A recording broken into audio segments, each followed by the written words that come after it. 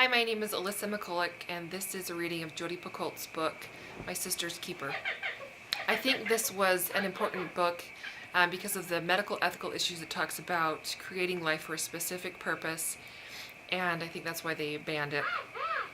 So I'm just going to read an excerpt.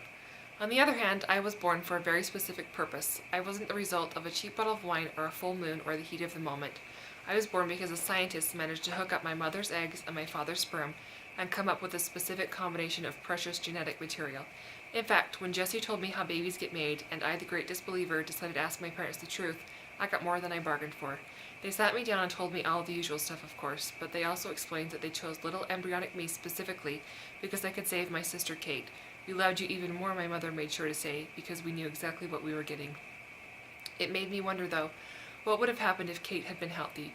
Chances are I'd still be floating up in heaven or wherever, waiting to be attached to a body to spend some time on Earth. Certainly, I would not be part of this family. See, unlike the rest of the world, I didn't get here by accident. My parents tried to make things normal, but that's a relative term. The truth is, I was never really a kid. To be honest, neither were Kate and Jesse. I guess maybe my brother had his moment in the sun for the 3 years he was alive before Kate got diagnosed. But ever since then, we've been too busy looking over our shoulders to run headlong into growing up. You know how most little kids think they're like cartoon characters?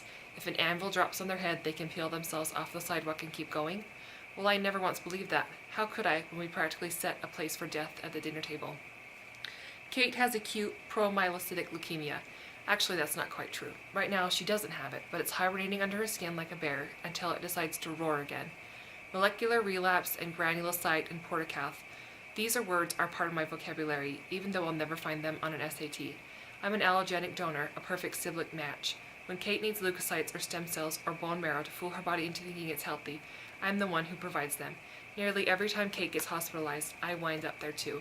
None of which means anything, except that you shouldn't believe what you hear about me, least of all that which I tell you myself. As I was coming up the stairs, my mother comes out of her room, wearing another ball gown. "Ah," she says, turning her back to me, "just the girl I wanted to see." I zip it up and watch her twirl. My mother could be beautiful if she were parachuted into someone else's life. She has long dark hair and the fine collarbones of a princess, but the corners of her mouth turn down like she's swallowed bitter news. She doesn't have much free time since a calendar is something that can change drastically if my sister develops a bruise or a nosebleed. But what time she does have, she spends at bluefly.com ordering ridiculously fancy evening dresses for places that she's never going to go. "What do you think?" she asks. "You look tired." The word bubbles right up under my lips. My mother goes perfectly still, and I wonder if I've said it without meaning to. She holds up a hand, shushing me, her ear cocked to the open doorway. "Did you hear that?"